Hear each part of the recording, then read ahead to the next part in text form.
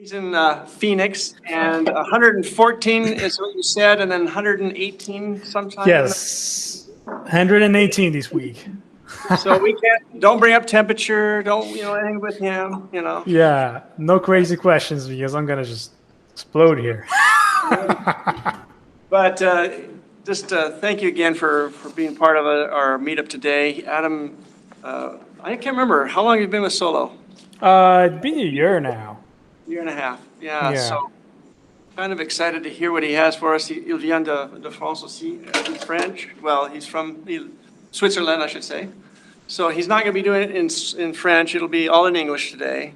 Oh man, I was prepared. Sorry. But anyways, as we talked about the format, one, we're going to start recording. Two, if you have questions, good. Questions, please just ask them. But he may have things later on the presentation. Say, hey, let's just wait up. And then at the end, like we do, we have Q&A and whatever. So I'll just give it up to you, Adam. Thank you.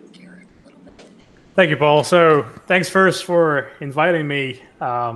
Really happy to be here to show you guys what we do at Solo, the technology we use, and which we're trying to solve. So yeah, probably just gonna jump into it. If you guys have any questions, feel free to ask me. If you guys have any, even after the presentation, if you guys have any suggestions or you want to just have a chat, it'll be great too. So first, a little bit about myself. So my name is Adam Sayah. I'm a field engineer at Solo. Joined around a year now. I've been working with API gateways though for a couple years. API gateways and service mesh, and that was basically a logical transition for me to move to Solo because of all the amazing things that that brought to the service mesh community. I was looking for expertise into this domain and learning more, and obviously that was my logic to join Solo. So feel free to reach me out on my new Twitter and or on LinkedIn. All right. So you guys have any questions or you just want to have the conversation, that'd be great. So today we're going to talk about, again, thanks, Paul, for inviting me. Today I'm going to talk more about, it's not scripted, it's mainly what we do at Solo, what we're trying to solve, mainly the problems we're facing and problems that the customers are facing and how we are trying to solve them.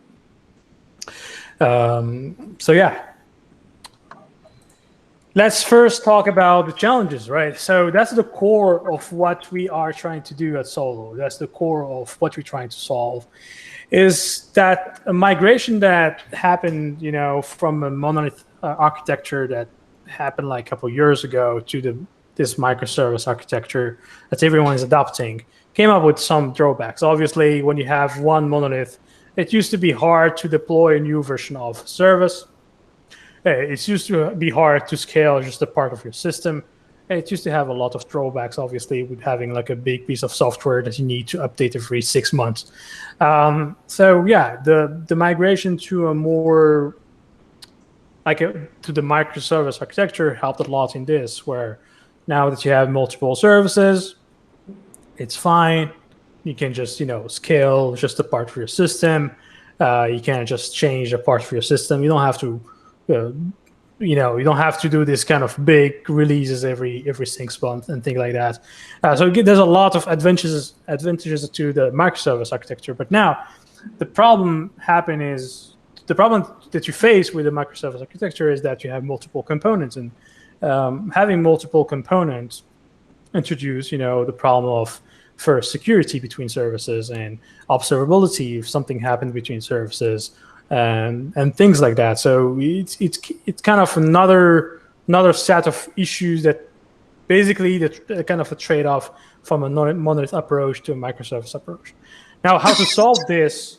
Obviously, a lot of companies thought about it, adopting the microservice architecture, how to solve these issues. And the first try in this direction was a couple of years ago. For example, at Netflix, having the idea was basically, if I have multiple services, I can attach, I can add my library to, for example, to every single service. and like, for example, in Java, and that will definitely add, like add these cross-cutting features like tracing, like tracing, security, and all these things that you need between services, right? So that was the first attempt to solve this issue. And that didn't really went well for multiple reasons. I think the main two is that first, you don't want to have your developers deal with all this, right? Your developers are expensive. You want them just to create their software, create the API. That's what the company cares about, is delivering new features, right? Now, if you have your developer that has to deal with basically adding, the cross-cutting libraries and managing them, and obviously the developer sometimes doesn't have the visibility over all your network, right? So maybe he has visibility around in the same cluster, but to see the big piece of the network, and like if you have like a multi-cluster type approach, it just gets really complicated to manage this. So obviously, and the other part is also, like, for example, if you have a polyglot environment, right? Let's say you have Java and Golang and Python and all that stuff. You can have multiple technologies to manage multiple libraries that should basically do the same thing. It's unmanageable at some point.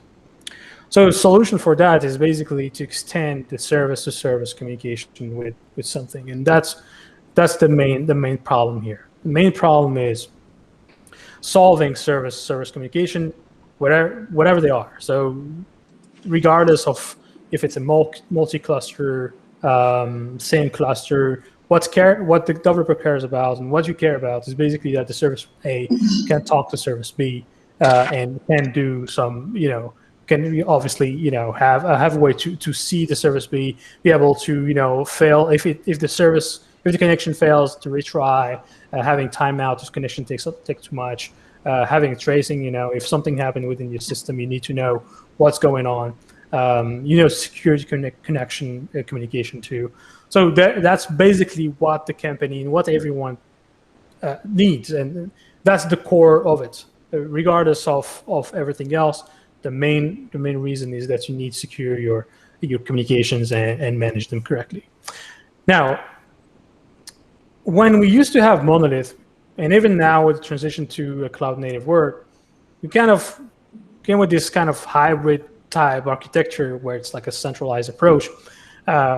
Obviously, you'll have your centralized API management, your big block over everything else that deals with the application level, obviously exposing the APIs, securing them, and things like that, maybe applying retries and so on.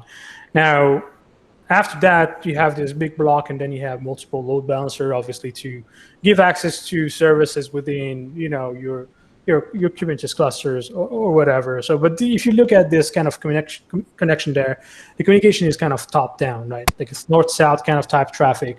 And that's what, basically what we call north-south. You see all the arrows going from outside the network to inside the network, kind of linear way, north-south traffic.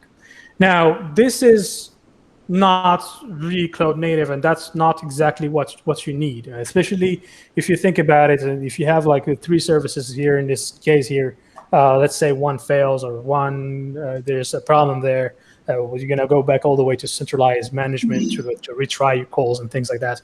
You need to have something close to these services that manage that, right? You need some sort of client-side routing. So obviously, as I said, what really matters is that you can call your entry point service, ingress to your network. That one will call a different service. If that service want to fail over to another service within different cluster or different region or different cloud provider, it should not matter. It should be possible. It should also, be able to call, cross-cluster calls and so on. So you need this kind of client-side load balancing, client-side, timeouts, retries, and all this stuff.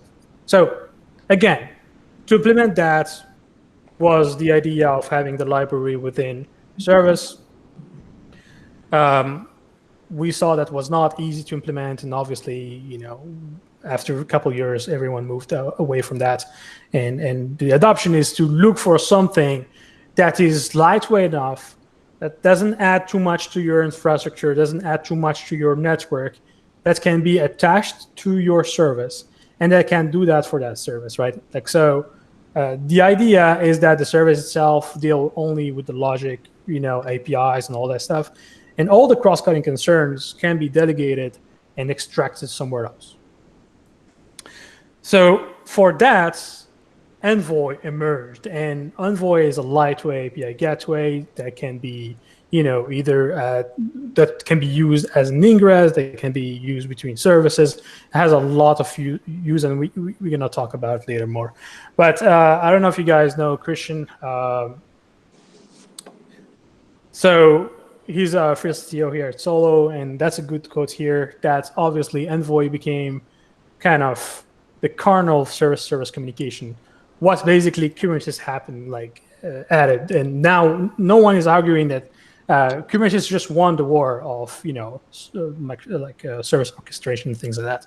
So there's no way to go without Kubernetes for the cloud native. You see that for different flavors of Kubernetes, and you see that everywhere. Now, for the service communication, we believe that Envoy won this war.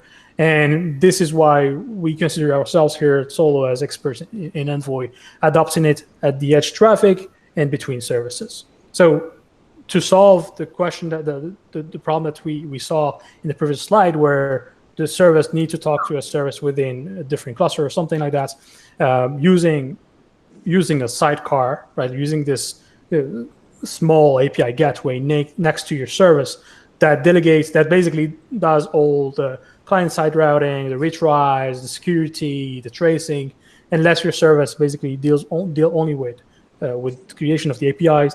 That basically what we see people adopting, and basically this is the future of the service communication. Now, if you look at a comparison between the first slide, where we saw like a top-down kind of network traffic coming from outside the cluster to within the cluster in a linear manner, which is the north-south traffic. In this kind of diagram, you see something different, right? You can have multiple clusters that can be on-premise, can be different cloud providers.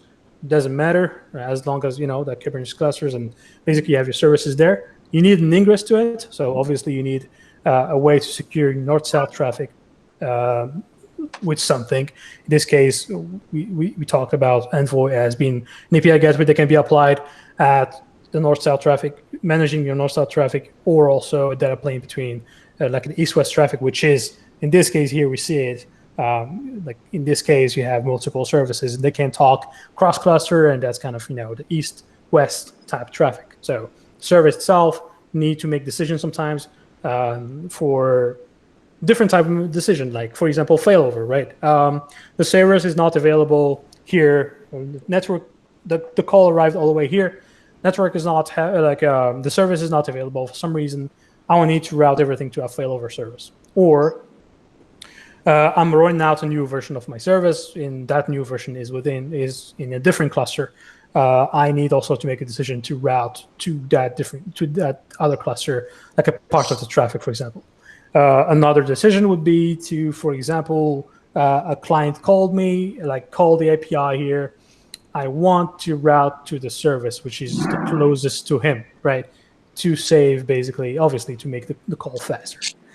So all this is basically what you need. And also, obviously, securing the traffic and all that is needed in the east-west type traffic. And now that you have multiple clusters, you see that the problem would be, before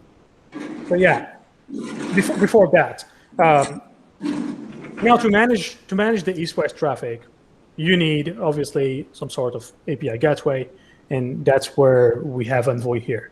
And for us, the way we leverage Envoy to be ingress to your cluster is through a product we call Glue Edge.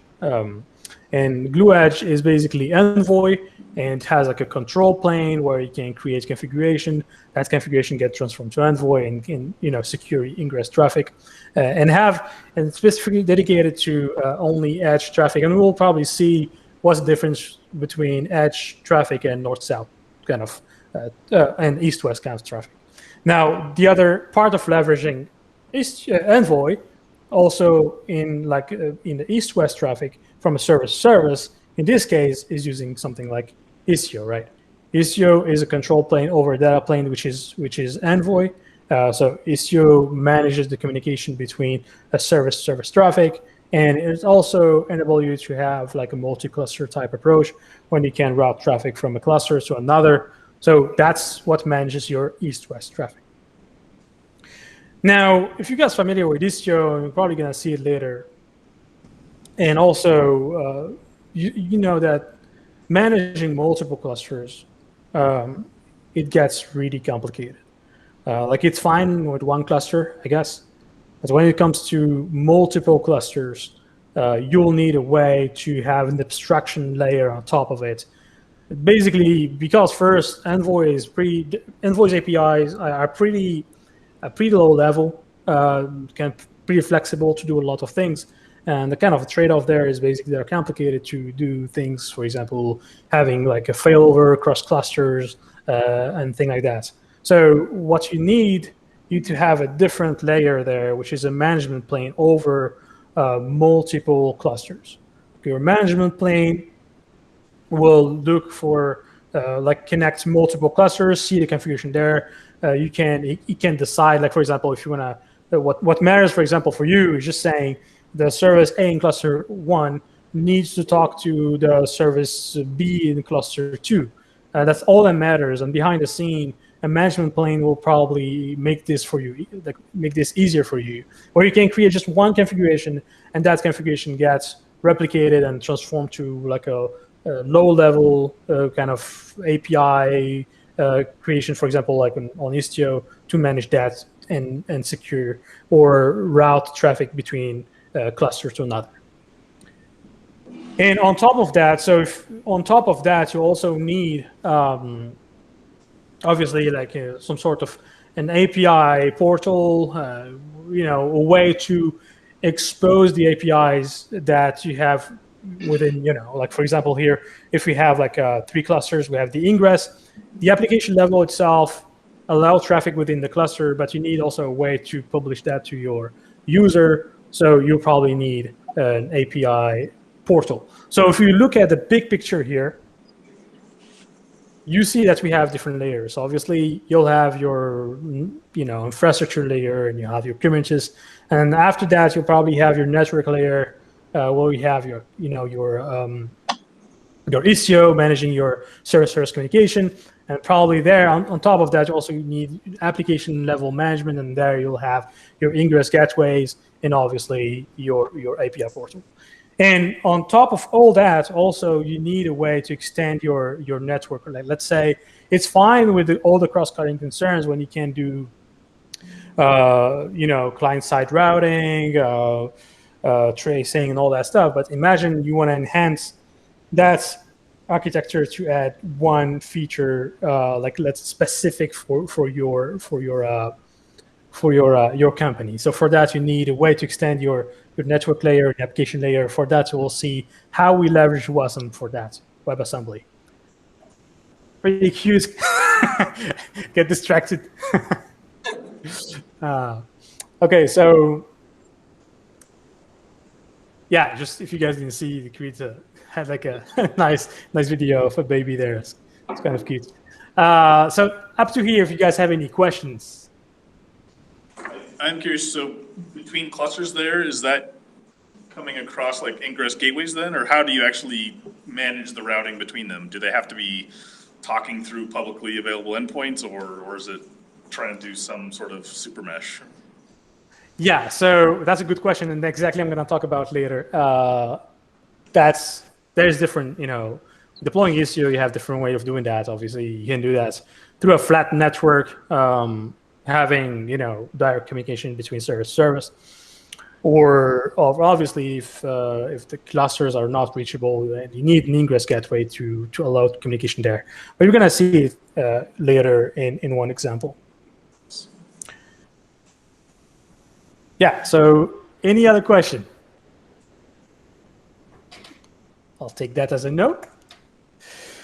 Okay, so if you guys saw the different concerns that we expressed here, were, if you go back to this level, this picture here, we need obviously an ingress to your cluster. That's basically managed your east-west, your north-south communication, ingress from outside your cluster to inside your cluster, and ingress concerns are different from like east-west kind of type concerns. For example, the communication that comes here needs security, needs rate limiting, needs some data transformation if you have like for example, old clients calling the API.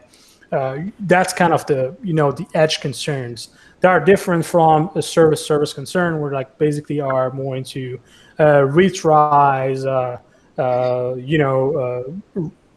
traffic shadowing, routing,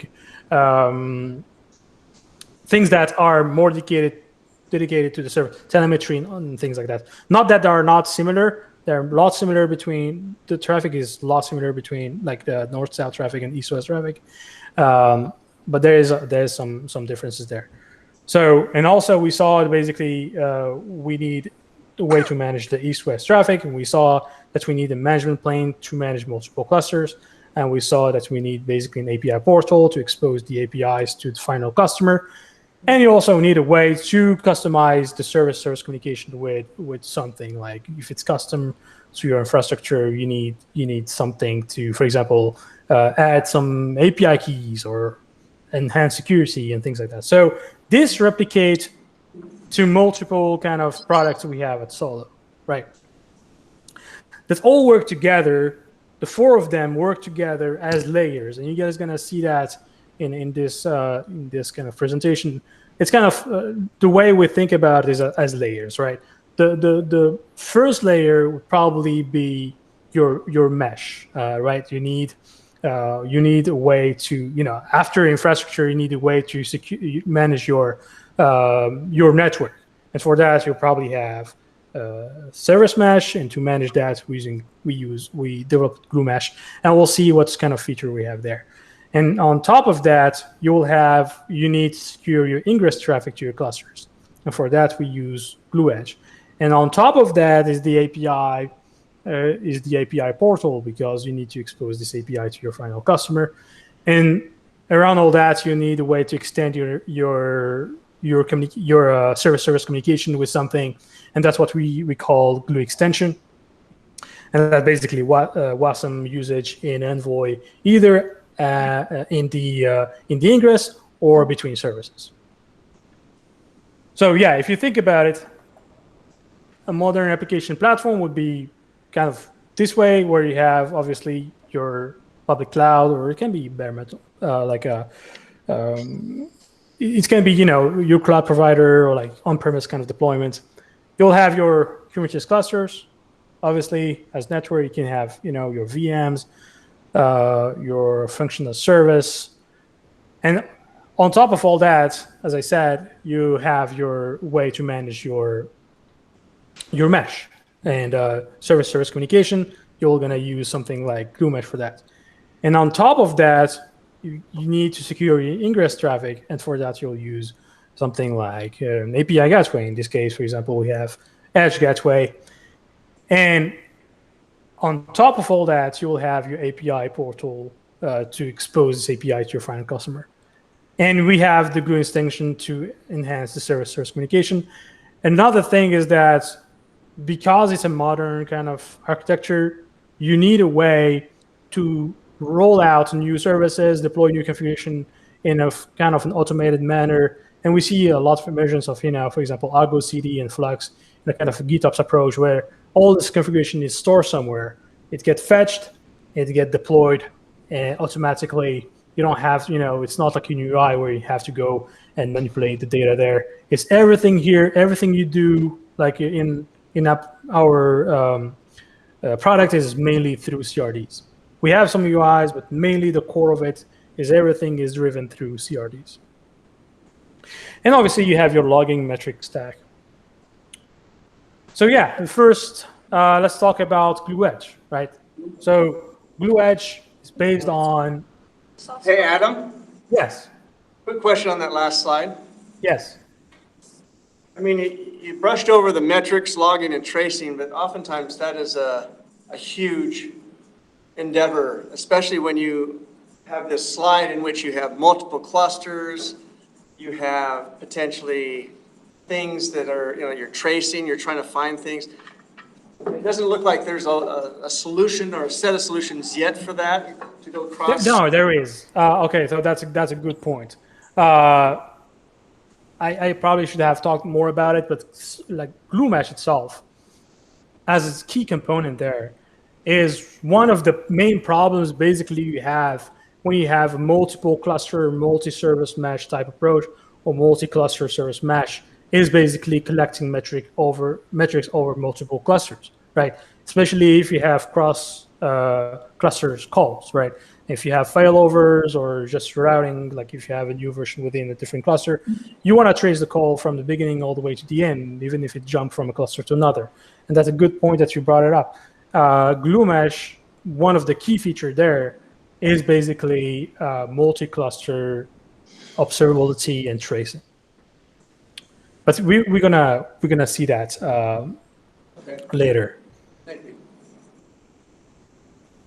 Any other questions? All right. So yeah, first let's talk about Glue Edge. I don't know how I'm doing on time, to be honest. I'm gonna keep going. Yep. Good. All right. So yeah, the first Glue Edge. Glue Edge is basically our solution to solve the ingress traffic from outside to your, as an ingress to your cluster. You can have like basic ingress to your service, but most of everyone needs a specific dedicated north-south type API gateways to manage the ingress traffic. As an API gateway there, you'll need something like at the edge level, basically at the ingress level, you probably need security. You need to have a way to integrate with like an OIDC to easily authenticate your calls.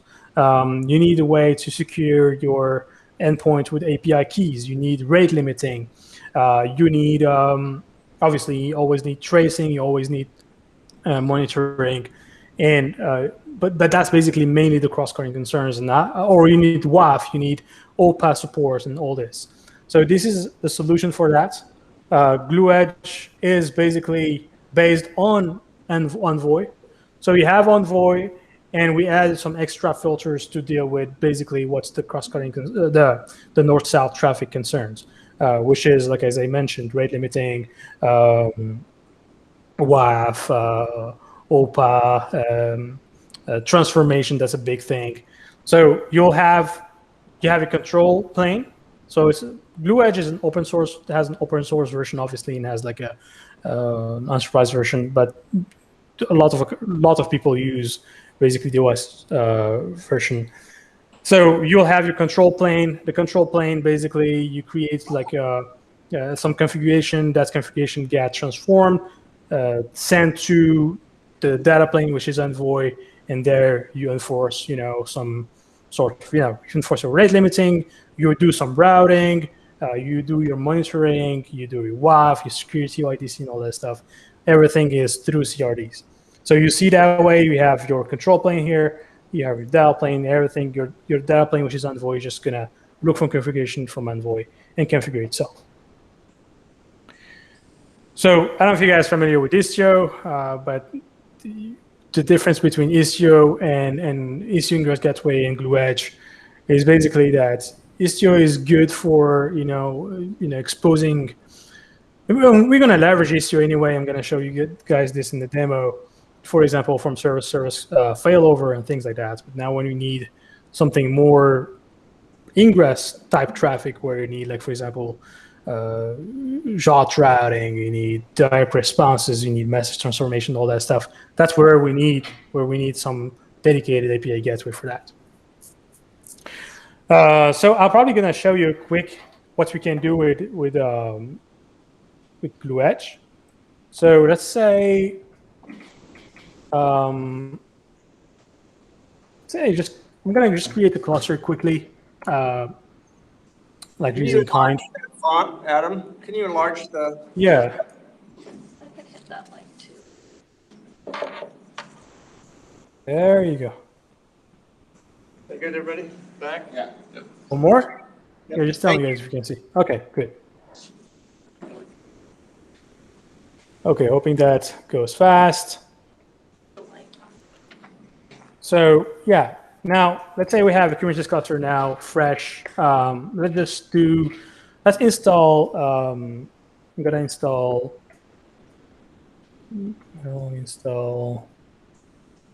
I'm just gonna install like a glue edge here, super quick.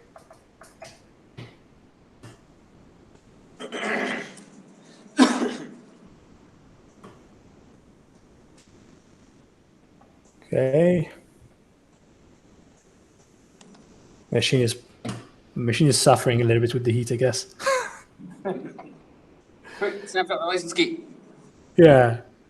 Oh, well, it's fine. It's just a trial one.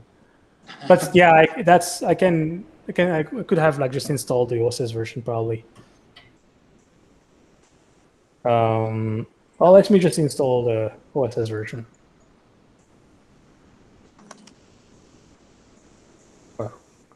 What's going on here? Username that's still in use.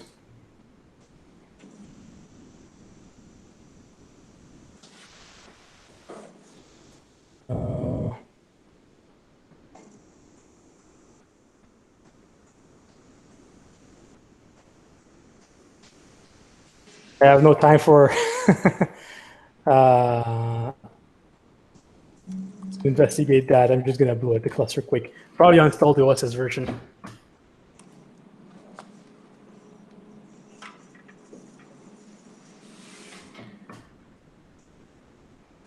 Now, did Glue start out as fundamentally an ingress controller, and then you added all the rest of these other things, or because you're installing like the Helm package is just the Glue package, right? Like, it's not Glue Edge. I was just curious, kind of the origins. Is it Ingress first, and then moved into Service Mesh and all these other things? No, for that I'm just installing just the Edge package, and just that's basically just managing your Edge network. That's as an ingress to your cluster. That's without we haven't installed the Glue Mesh yet. No, I get that. I was going to ask about the history of the organization. I was curious. Did the Edge come first? Did the Mesh come first? The Edge came. Yeah, the Edge came first. Like I think it's like mainly the thought was in the same time, right? The thought was basically that at some point everyone will have to adopt a service mesh to secure their service communication, right? That was there a couple years ago.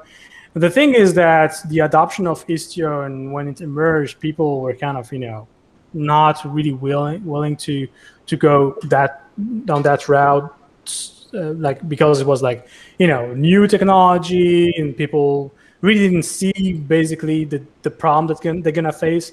And after they start growing the organization and having multiple clusters, and obviously that's where we kind of have a deep focus now on the mesh. But the core of it was always to secure the service communication. And the first start there was, okay, so if people are not ready for service communication, like the east-west type traffic, let's focus on the north-south traffic. And because it needed anyway, you'll need your north-south traffic, and then you'll go to your east-west traffic. So that's how it started. Okay, so let me check. Give me 1 second. Just want to check something quick.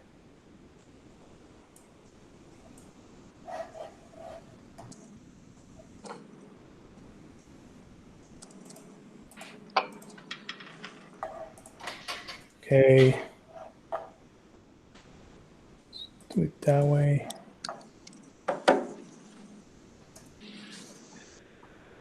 So we can do glue-stl, install gateway. That's pretty much it. So that will install the OSS version.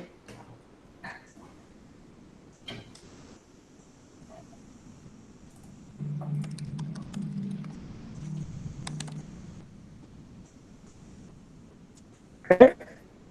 Now let's look at how it looks here. So you get pod. So that's the version here. We have our control plane is the gateway that is blue. If you guys are familiar with basically Envoy, you know that Envoy looks for configuration either like from like a bootstrap file, or it's going to look into something we call an XDS server. So the XDS server for Glue is this one, which is Glue here. And you'll have the discovery components, and the gateway component is mainly for validating the configuration. So let's say I want to... Need to zoom in again. Yeah, sorry. Let's say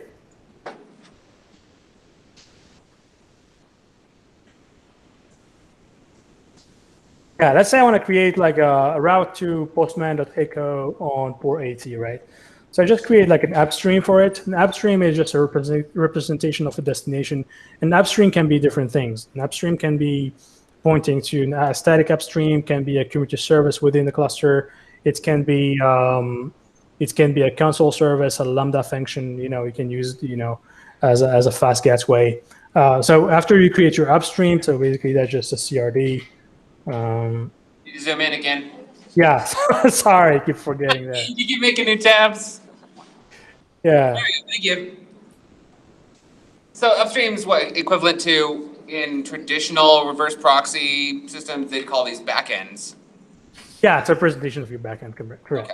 So if you look at your upstream here, we create the echo one, and it's type static pointing to a host, right? That's pretty much it. And then to route, you just can do something like this using GlueSTL. Now, it doesn't need to be through like the command line like I showed you guys. It can be through like CRDs directly. Obviously, if you have Argo CD or Flux or whatever, you can just grab this configuration from a GitOps type approach and pull it to your cluster. So after deploying our virtual service, if you guys are familiar with Istio, it's kind of similar, the design of it. So basically, you have the main and what you want to match. You have routes here, and you point to where you want to go, and then you can specify your option at the top level of your virtual service, for example, to add retries, add security, WAF, API keys, OIDC, and everything. Or you can do it at the route level here. For example, here we're just matching on everything. I'm gonna go to this echo here. So let's say if I want to do just let's say do kubectl port forward on just service, actually that on the deployment, sorry, deployment, gateway proxy, that's what we call our gateway proxy system. Oh, sorry, forgot port. So let's grab a browser here. Basically, I can just do it. Go back to my the tab here. Now,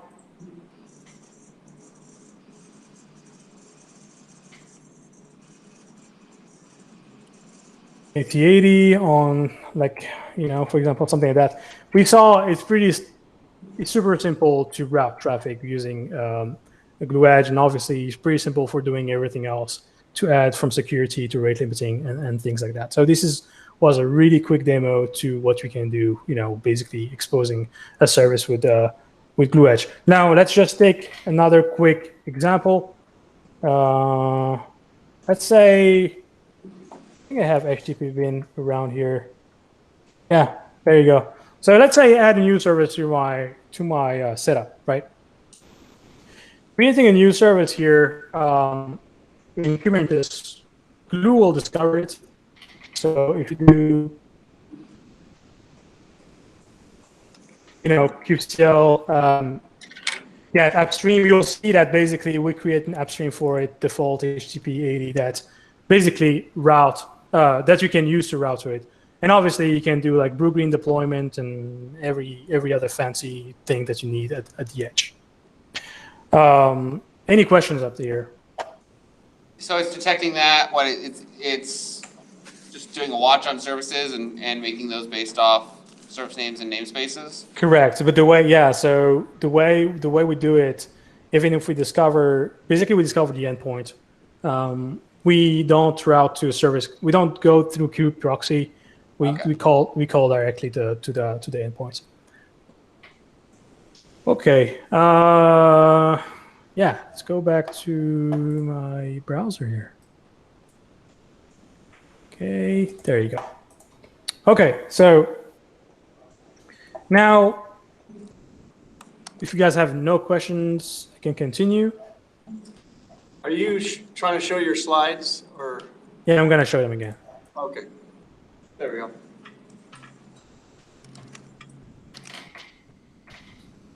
All right, so we saw the first kind of piece to the puzzle is getting your traffic from outside the network to inside your network.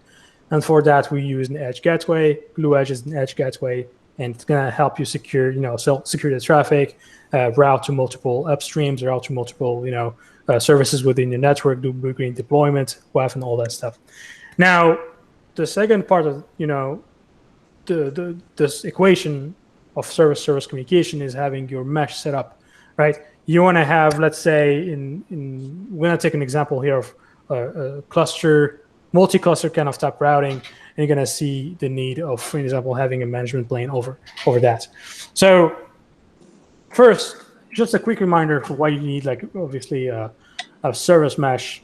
And we kind of talked about it in the beginning. You want to have, service discovery over your services.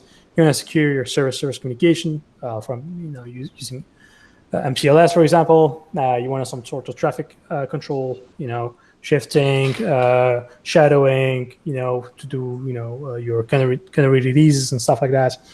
You need, some sort of policy enforcement at the service.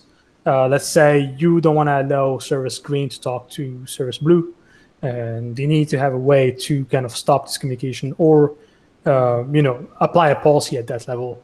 And obviously, you need to do all that through an API that's easy to program and easy to kind of, that's the problem basically with Istio when it gets to multiple clusters. Yeah, so again, if you think about it, every single service within your cluster will have a sidecar within the pod. The sidecar will basically,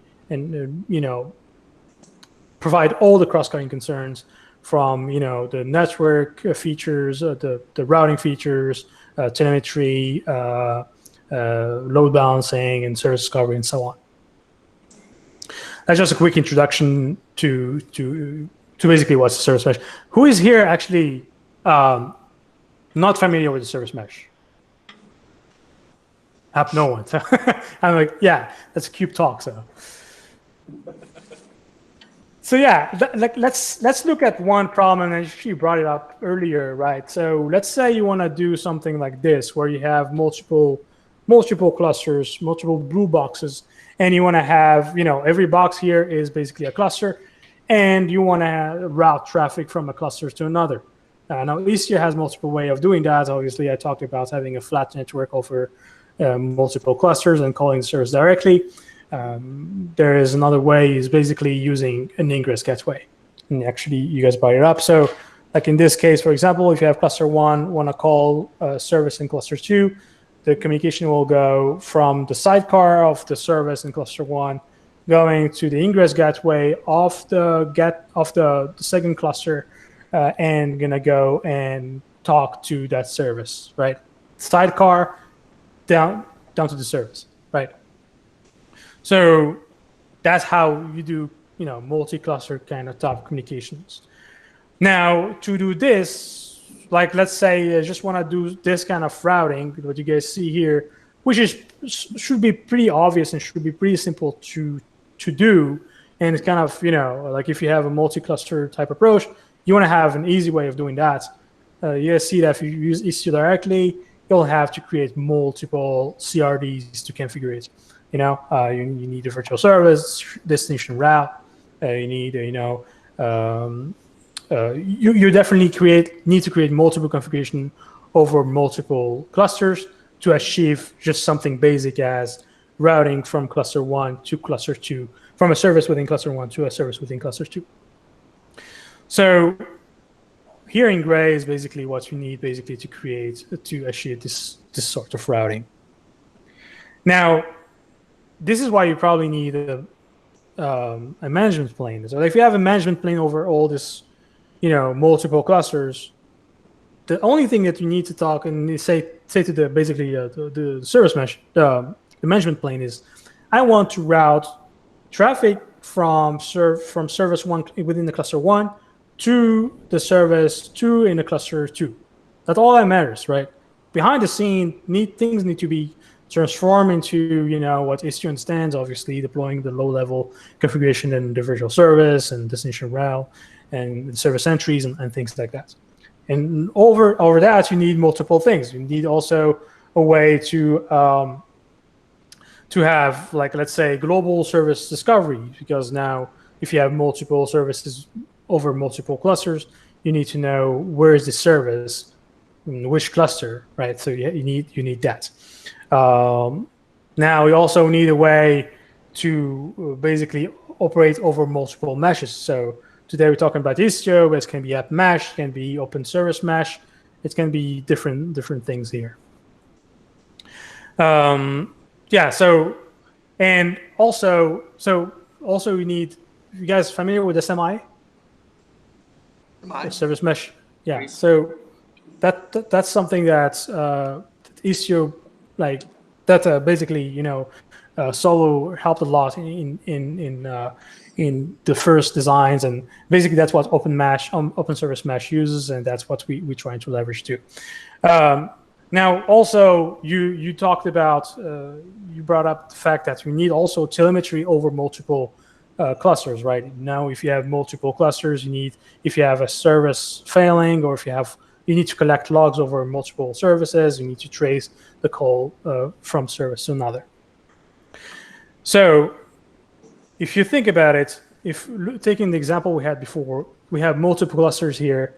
The only thing you need to do is basically create some high-level policies, like, for example, access, which we call a traffic policy or an access policy.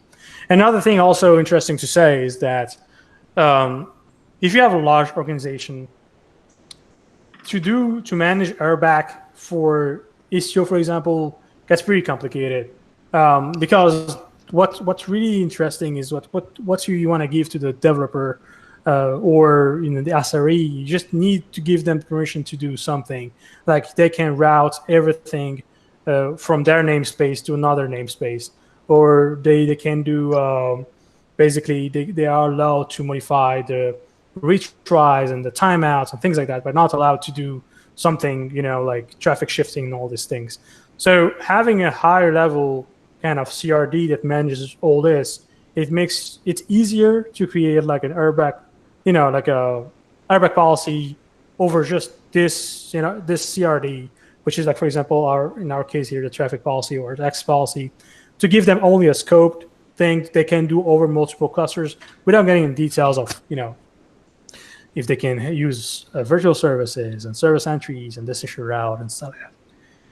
So it doesn't actually replace Istio-D on the local cluster. It No. strays across that and potentially different versions on each cluster.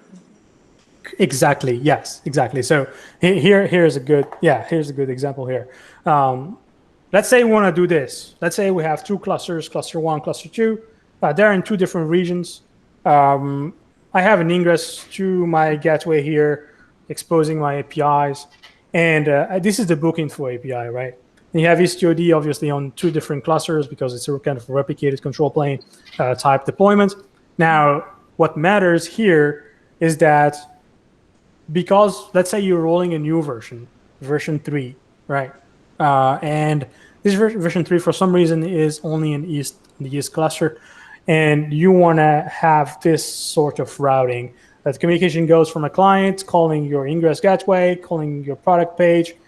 Product page goes to review here, but instead of review, like we want some traffic to go to version 3 on the other cluster, right? This is a common scenario. So if you do that if you want to do this using Istio directly, probably have to create, virtual service that point to the other service, the other cluster, destination URL, the service entry, and the other cluster. You probably need also, the like an envoy filter to modify the name for being global name to a local name.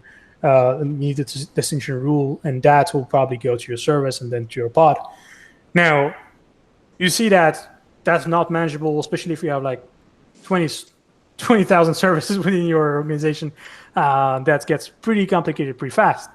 So let's say you have a management plane there, right? Let's say my glue mesh is looking over my 2 different clusters. Just want to have a simple policy. Simple policy saying, I have a traffic policy. What matters for me is, everything going to cluster 1 reviews. I want to do a traffic shift 75% of the traffic to version 3 on the cluster 2. And I want 15% on cluster 1, version 1, 10% on version 2, cluster 1, right? This kind of high-level policy, your developer can do it. It's pretty simple, standard to understand, easy to automate, and easy to control over Airbag, right? Just one manifest. So if we look at this example here exactly, I think I have. Let me show you. I have it ready here. Yeah, so I have it ready here, right? So I have my product page here routing. If you go back to my, just want to do present again. So I have this now. I have the customer or the client calling this cluster ingress, calling to the product page, but I don't have this arrow here, if you guys see it, that goes to the other cluster. I have only one cluster kind of routing, going only to version 1, version 2. If you guys are familiar with the book info, version 1, version 2, or version 3, they render differently on the UI. Version 1, version 2, I think version 1 has no colors, and the version 2 has black colors of like the stars in the reviews here. So if we keep like just refreshing, it just basically going only to just basically going to cluster 1. And now I'm gonna create my traffic policy here, the exact same one I showed you guys in the presentation. Just saying here, pretty small, I guess, but it's the same thing as the one I showed you. It's just saying, hey, I want to route 75% of the traffic to cluster 1 and 10 version 1, 10 version 2 within the same cluster. I create that. It takes some time, obviously, to glue mesh to understand this, create the right configuration of different clusters. And now if we do just start refreshing, these red stars are coming from a different cluster. They're coming from the cluster 2 because I don't have, if I look at my, say, get pod here on, actually default, but sorry, I'm gonna try to maximize it here too. I'm using a weird machine, so I don't know how to maximize it.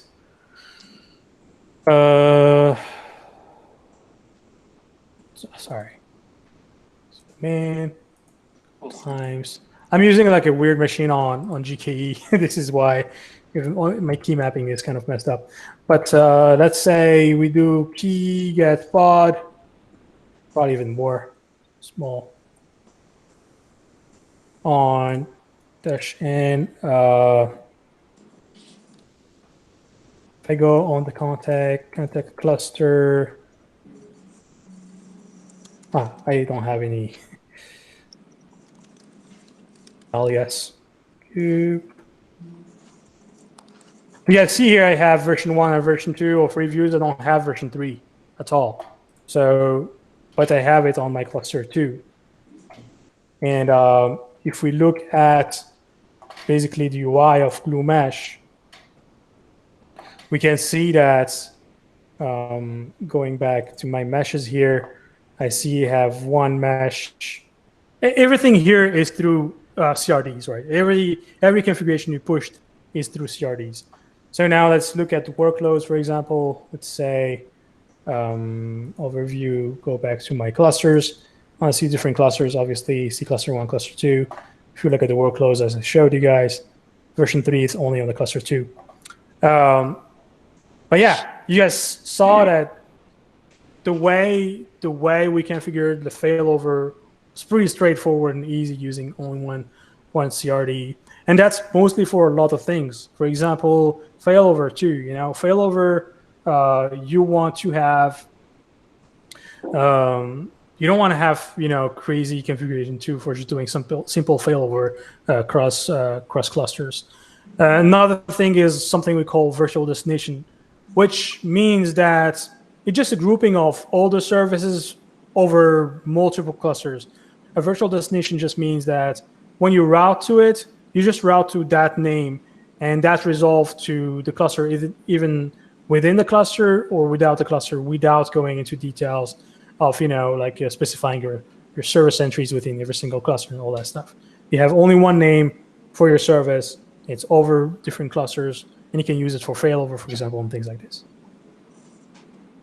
Another part of what we talked about in GlueMesh is observability. And we talked about, having a way to see the traffic going on between clusters. And this is an example here. And basically, it's just a screenshot here, but that's what we can do. Like, you can see the traffic going from product page to reviews going to cluster 2. So you're going to be able to see that and track that, and obviously see the logs and what's going on and see the tracing.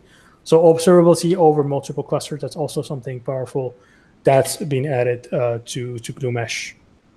And I talked about that earlier, is having a role-based API is just, having this abstraction make it easier for you to create airbag policies to just limit the scope for your developers to create configuration over multiple clusters without getting into details of, having to manage the multiple CRDs as Istio has. Yeah, so that's pretty much what was for GlueMesh. How I'm doing on time? How are we, guys? You want to know what time it is? It's 7:44. No, yeah, I mean, you told me about 45 minutes. I don't know if I just went through it. We've gone much later than this before, Yeah, it's for some reason. Okay, so yeah, I Want get it. to go, don't be offended. If not, please. I think this is great.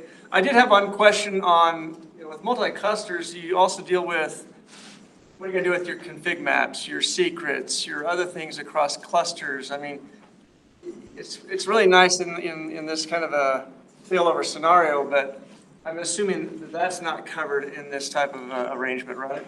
Yeah, so one of the things that we added for that, well, it depends. A config map and secrets, that's different, right? That's obviously, you're going to deal with that with your pipelines and the way you publish your secrets anyway. We can connect to like something like Vault and things like that. But that's different. Like if you wanna extract, like that's a different concern. Now, one of the main key features of GlueMesh that comes like in the to solve some problem with security was that, and basically Istio, if you want to do multi-cluster service mesh with Istio and having a replicated control plane, every single cluster needs to have access and secret to the other clusters. So if you have like 10, every single cluster need to have the access like to the kube API of the 10 other, using the config, the kube config, and every single cluster will have an explosion of number of kube configs and security concerns, because if every single cluster know about everything, that's mainly a problem. So in GlueMesh, the way it operates is that you don't have to share this security, the kube config between multiple clusters. The only security communication is between GlueMesh and every single cluster is only like between, MTLS connection between an agent that we deploy on every single cluster. That agent understands and collect the data and deploy the virtual services and so on. So you don't have to shoot. Like that's one of, in terms of security, that's an addition in Glue Mesh. Thank you. Okay, so we talked about ingress traffic, and we talked about service traffic. Now, ingress traffic, the Glue Edge and Glue Mesh can work together, and they're actually designed to work together. If you guys following this new gateway spec API in Kubernetes, we're gonna be implementing, Glue Edge to use. But today you can use, Glue Edge to secure the ingress traffic, do the transformation, do IDC, the API keys, and then when it comes within the cluster, then we have normal service communication. If something fails, obviously it's going to route to a different cluster using these two ingress gateways and so on. So we talked about these two pieces here. Now let's talk about one last thing, is basically extending your infrastructure. So Istio ship a lot of cross-cutting concerns like retries and security and all so on. Now in Glue Edge 2, but let's say you have something specific for your infrastructure, right? Because every client is different, every customer is different, every user is different, every infrastructure is different. You need to have a way to enhance your network layer or application layer with your custom logic, either for security concern, for telemetry, for validation. It can be for different scenarios. Now, to do this, we worked on WebAssembly Hub and WASM a lot to integrate that with Envoy. So we worked with Google on this. So we provide a lot of tooling to do this and to extend your either service communication or your north-south communication. So did you guys even heard about WebAssembly Hub before or never? Just today. Okay, just today, good. Yeah, so let's look at how to extend your, let's say, Edge Gateway with some custom feature. Right, so for that, let's just say, first let's just introduce what you can do with WASM, right? So,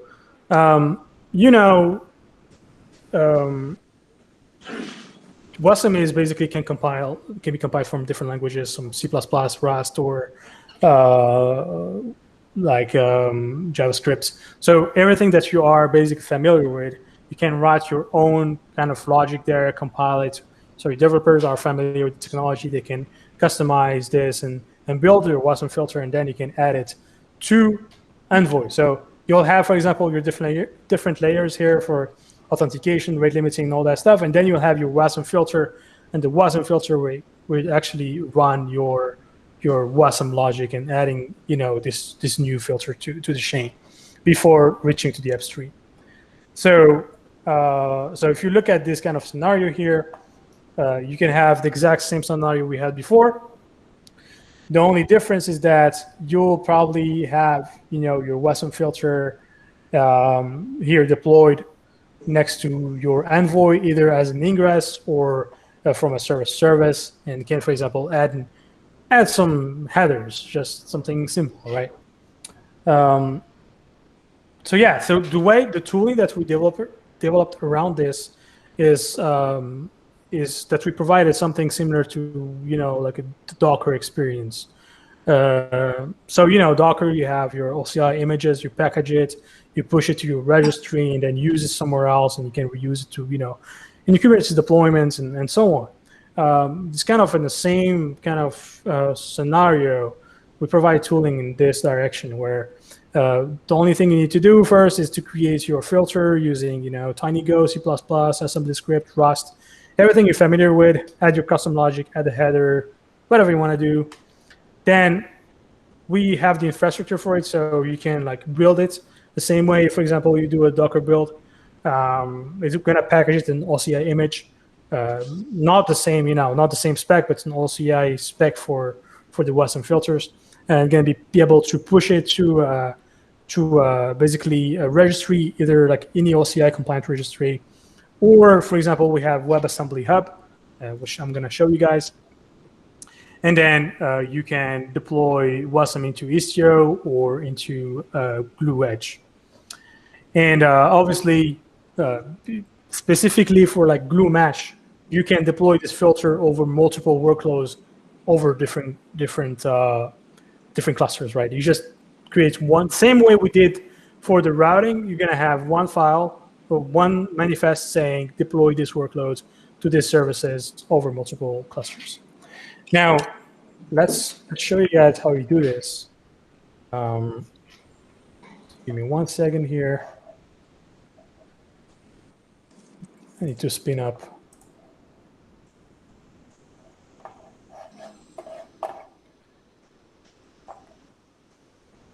Is there any questions in the meantime? I'll probably take like 5 minutes here to spin up Glue Edge.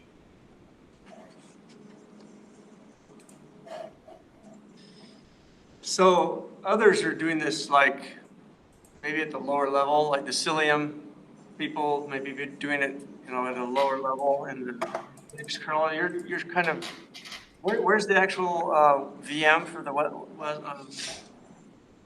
Is it in the Istio or is it where's the actual VM for the WebAssembly? It's within the Envoy. It's within Envoy. Okay. Yes. Okay. Yeah, I don't think Glue's inventing the integration. It sounds like they're just easing the use of it. Yeah. That's what Wasm Hub is just like WebAssembly plugins that have essentially an Interface to Envoy. an interface that Envoy knows what to call where and Yeah. Correct. Yes. It's quite the spec. There it is. And I guess like you said, you don't have to recompile, you don't have to reload Envoy. It is just there. And what is the security aspect of that then? Wasm comes with specs for security of kind of like an Android or iOS where you have like intensive, you're allowed to do network things with this. I got you. You're allowed to touch this file. So it's sandboxed in certain features or whatever. Yeah, it's not perfect. The system level APIs for Wasm are very in flux right now, but that's a WASI thing, not a Wasm thing. Wasm itself is pretty well sandboxed. Yeah, yeah. Okay. Yeah. There are some limitations, for example, like Wasm doesn't expose like low-level TCP things. So yeah, there's sometimes some limitation over what you want to do. But most common use cases, if you have like only application level kind of data manipulation, it is pretty fine to extend your logic using it. If not, you'll have to build your own Envoy filter, compile it within Envoy, and it's going to be it's harder to basically manage that. So let's look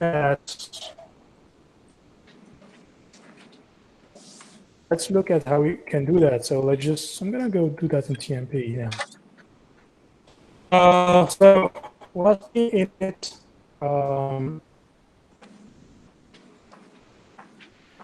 So you're going to have use language. Is it small or good? That's good. Okay.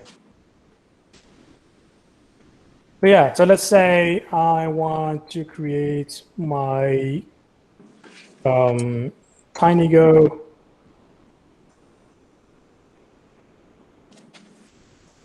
So what's some in it?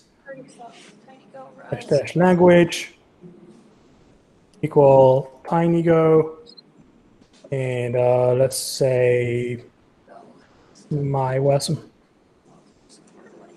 And okay, so now I go to my Wasm, and here you guys see that basically just in Go, look at main.go. I'm not gonna change it much, but if you guys see here, just adding like as a demo example here, we're adding like a response header hello world to our responses. That's pretty much it. It's straightforward. You just need to implement the right, override the right functions to enhance your service communication. And after that, so now you will have to build it. So So yeah, so you have to do something like this. Obviously, you need to specify the language, tiny go, and you need to give it a name. So for example, let's call it test, give it a version. Sorry, was me. And there you go. So you building kind of the same way you building, like basically a Docker image. I don't know if it's a good analogy, but so then you do Wasm push. I'm pushing my image here. Docker, choose Docker too. That's pretty much it.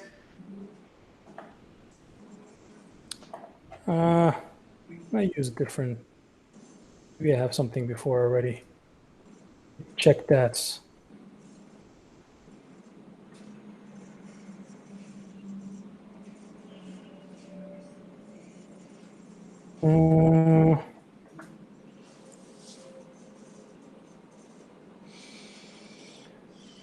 Okay, so yeah, there you go. We pushed our image, right? Now, if we look at it, there you go. This is just got pushed 8 seconds ago. And yeah, it's kind of the same experience you have like with Docker.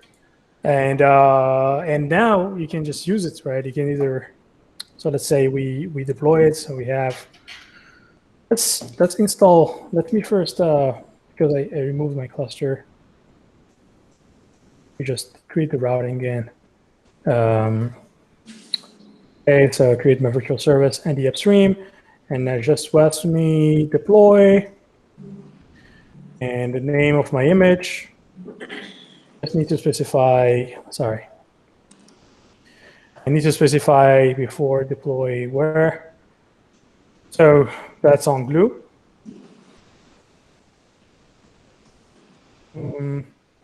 ID, we can just call it test. So that's just using WASM, but you can do it through CRDs, and obviously you can do it with Glue Mesh to deploy it over multiple workloads, as I said. But here, this example is only for the Glue Edge. So there you go. So we saw how to basically just init the folder, see the code, modify it, even if we didn't do that, build it, push it, kind of same experience you have with Docker. And now we used WASM to basically deploy it on Glue Edge. So let's say, actually you need to do a port forward again. Forward. Actually, I've sent it to the background. That's fine. So localhost 8080 / request, for example. And there you guys see that we have our custom header that has been added by the WASM filter. So you can imagine your logic there for extending with your custom logic, adding anything like from you can deny traffic, you can call out to a different service for, let's say some scenarios, like some customer we have, for example, they need to do for example, call out to a different service, get some data from a database, validate this, the request content with this kind of validation data, validate it there, and then just reject it. So you can do things like this, or we can reroute to something else, or you can pretty flexible at the application level. Yeah, so that was basically my demo of WASM. Where's my? Do they just chain together, or can you have multiple ones, or is it a single? Yeah, you can have multiple ones, yes. You can put logic in them and they can be terminating or pass through. Chain through and. Because that's just deployed out as XDS spec, right? Yeah. Yes. So Correct. okay. There's some limitations, but like if you have one blow up on you, it can stop the rest. Yeah. Yeah. But Okay. Lost my slides, but let me check. Put them back again. All right, where were we? Around here. So yeah, so I showed you guys what we do. So we talked about Edge Gateway, talked about WASM, talked about server-service communication and how to enhance it. And now, basically, the last kind of piece to this puzzle is the customer interaction. So you want to have, once you have all that, so once you have your service mesh figured out, routing, failover, and all that between services, once you secured your edge traffic within, like from Ingress, using, for example, Wedge, then you extended all this feature using Wasm, for example. The last piece of the puzzle is having the developer experience. So you want to have, like, for example, self-service. Your customers or your clients or within the internal users should be able to go to some sort of UI, some sort of portal, be able to log in, generate an API key for their APIs, for the APIs that you have. And either you can have that, monetized, obviously, or you can have that just, a self-service so people can just go and use them. So the Glue portal is basically over Edge Gateway or Istio. So you can use it with Istio directly. If you expose your API using Istio Ingress Gateway, you can definitely use just Glue Edge there directly. As I said, you have things that you basically need in the portal. Self-service, authentication, be able to authenticate, generate an API key, use this API key, have a quota over it, be able to be cloud native first, like be able to push configuration there using CRDs and be able to be multi-cluster. So, if you have a portal that is over multiple clusters, be able to manage that. And, supporting Open API specification, we are supporting also gRPC. If there's a lot of gRPC services now there. And we're also working on GraphQL. I think in a couple of months, we're going to announce something. So we already have a try with GraphQL, and this is a new version of what we're trying to achieve with it. That's pretty much, if you look at a full picture of what we're trying to do. I don't know if I have like an example of basically, I don't think I have a screenshot or anything with the portal. No, I don't think so. Yeah, so probably gonna skip that. But just to go back to the recap of basically what I showed you guys today, service mesh you have an infrastructure layer, service mesh over multiple clusters, being able to manage it easily, extend it with, for example, Wasm, having Edge Gateway for the incoming traffic, having a service API portal. Obviously, everything here needs to work with your CI/CD pipelines, with your GitOps approach, integrate with your logging, tracing over multiple clusters, and so on. So yeah, that's what we basically try to solve, is basically service communication, and that's our solution basically to it. So yeah, with that, I'm basically hitting the end of my of my speech here. If you guys have any questions, I hope you guys learned something for what we do. We have, you guys are maybe on our Slack, but we have a large community. If you guys have any question over just, Istio, Envoy, just have a chat over new technologies. That's always great if you guys can join us there. And I'm on LinkedIn. I'm on Twitter. So yeah, I just want to have the conversation going. If you guys have any questions, that would be great. So again, that's my info here. And thank you for listening to me. Can we get a clap now?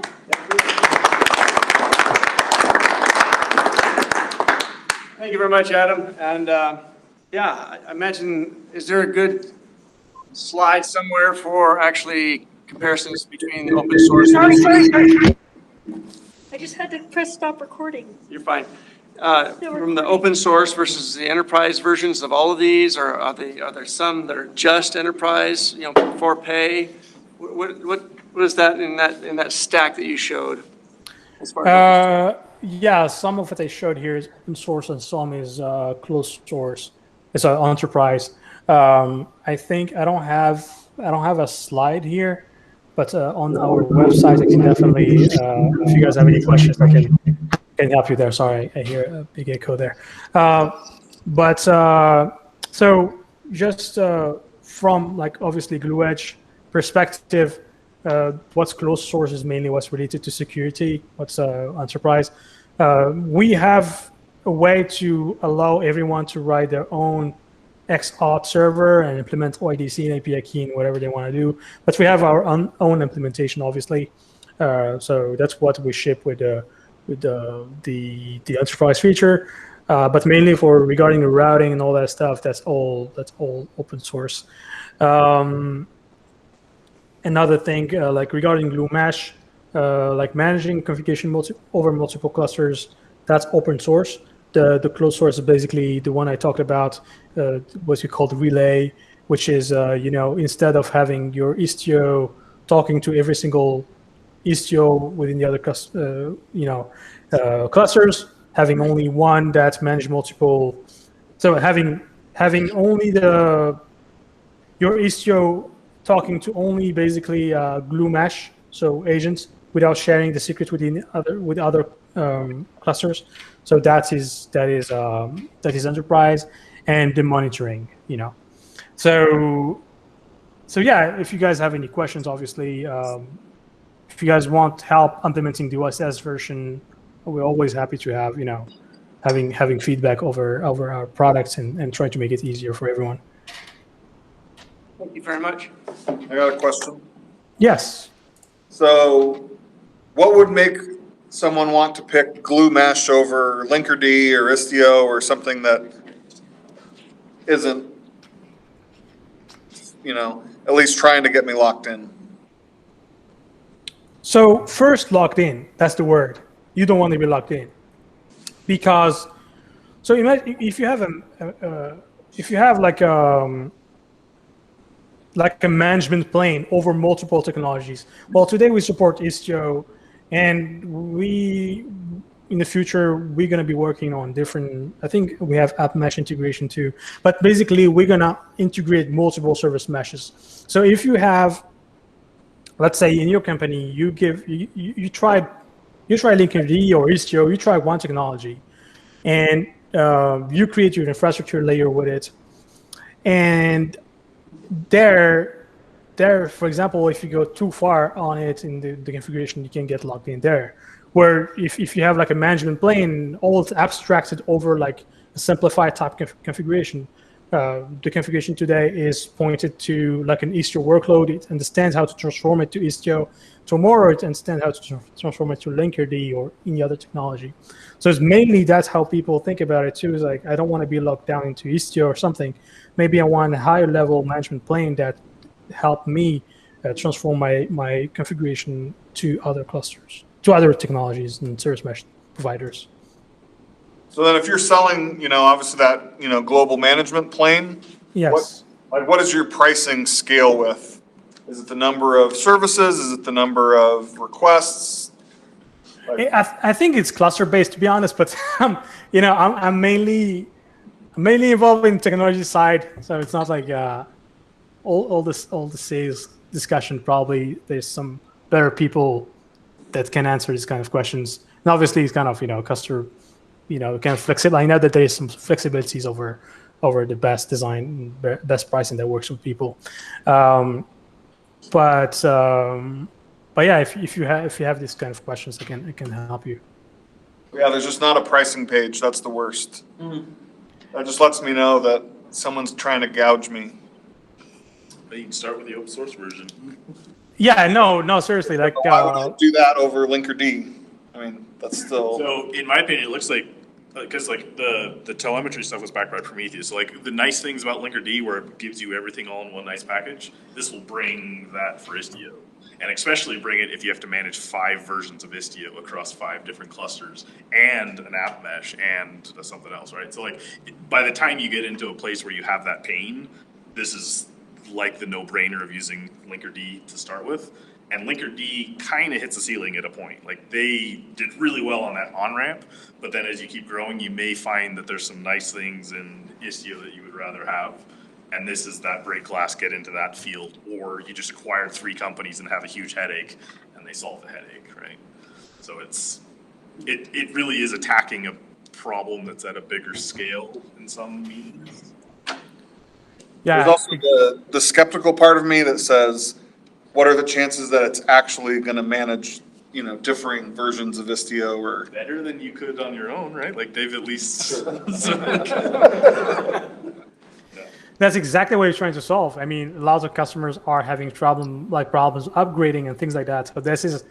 So the core of what we're trying to achieve is not locking people into glue mesh or something like that. It's basically all the way the opposite. Is like how can we help the customer doesn't have to deal with all like for example upgrading and if like you talked about companies acquisitions and things like that. There is a higher level overview over that. Managing a lot of our customers that basically talk to us for glue mesh, they mainly came because they couldn't. It's impossible for them to manage multiple clusters. They have pain upgrading. They have pain like if there's a security fix on Istio, who's going to help me? Who's going to be on the phone at like at 1 a.m. to solve these kind of questions? So that's basically how it is. It's not trying to lock down anyone. So I had a different question. Yeah. I've been involved in a lot of work trying to get the inter-service communication somewhere else, like a data warehouse where analysts and data scientists can use that data.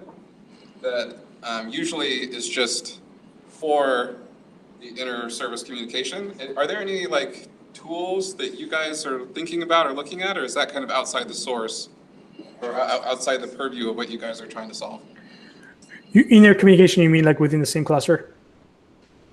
Or I mean, just within all the services, the communication between them, the east-west. Yes.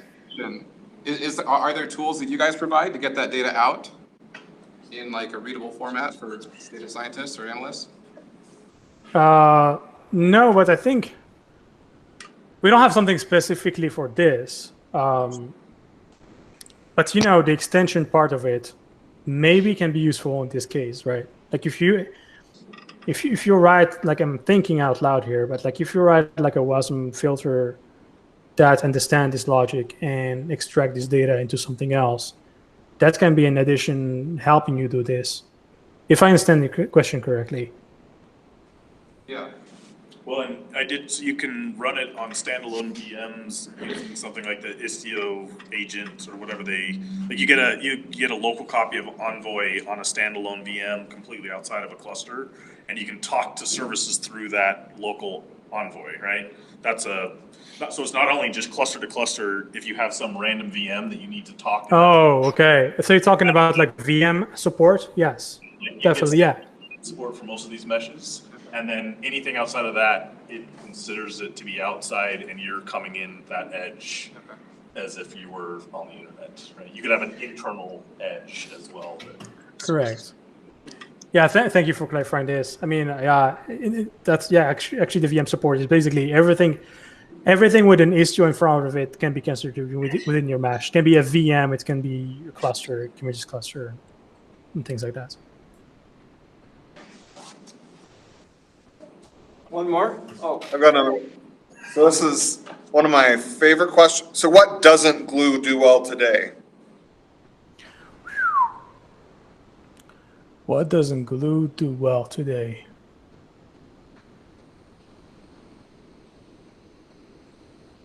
What doesn't glue do well The recording today? stopped, right? yeah. No, yeah, no.